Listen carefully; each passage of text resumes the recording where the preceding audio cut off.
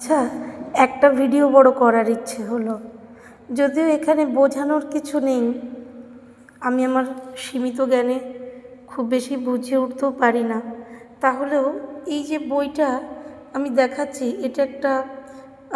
এটা বলতে পারো নস্টালজিয়া, স্মৃতি উস্কে দিল। একটু আগে সোশ্যাল মিডিয়ার অন্য একটা ধারাতেও পোস্ট করলাম। আসলে আমি যখন পঞ্চম শ্রেণীর ছাত্রী ছিলাম, তখন এই বইটার কভার পেজ অন্যরকম ছিল অবশ্যই।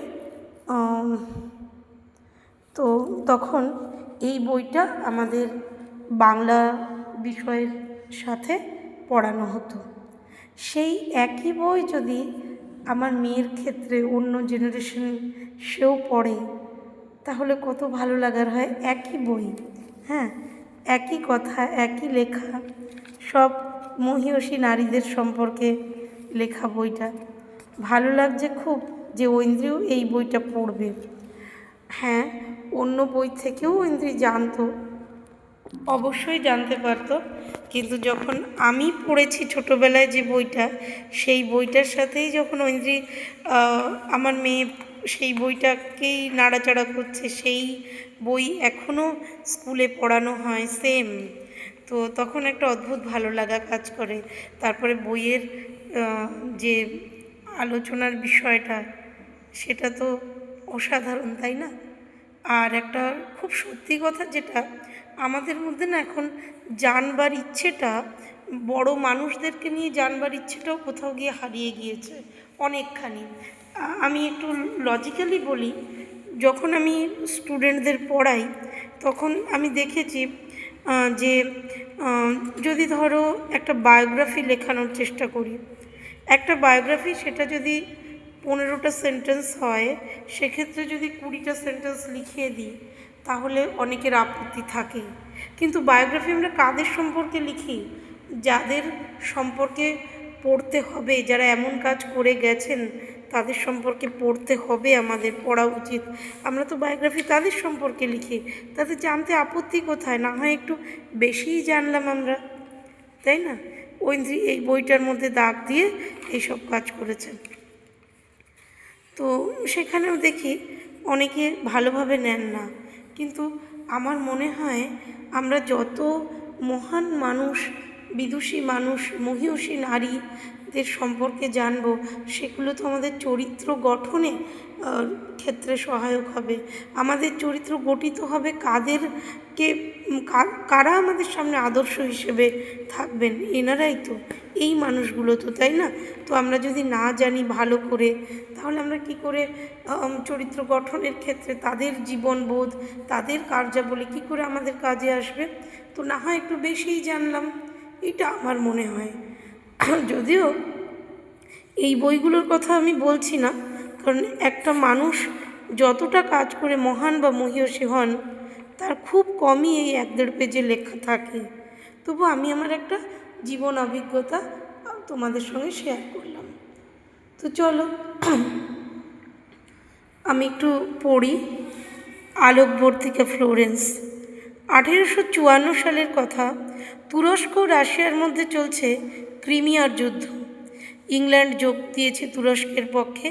আর যুদ্ধ মানেই হচ্ছে অগণিত লোকক্ষয়, সম্পত্তির ক্ষতি, ভয়, হত্যা, এক কথায় এক বিপর্যস্ত ভয়াবহ অবস্থা। আহত সৈনিকের আর্তনাদে যুদ্ধক্ষেত্রে নেমে এসেছে এক শোকাবহ পরিবেশ।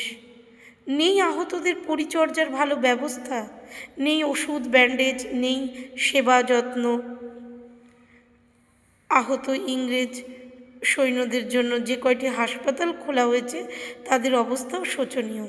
যুদ্ধক্ষেত্রে গোলাগুলির আঘাতে যত না মরেছে, তার চেয়েও বেশি মরছে উপযুক্ত ওষুধপত্র ও সেবা যত্নের অভাবে।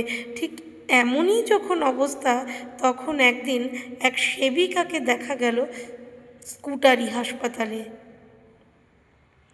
বসফরাসের তীরে এই হাসপাতাল। আমার গলাটা একটু বসা। তখন যুদ্ধ সবেমাত্র শেষ হয়েছে।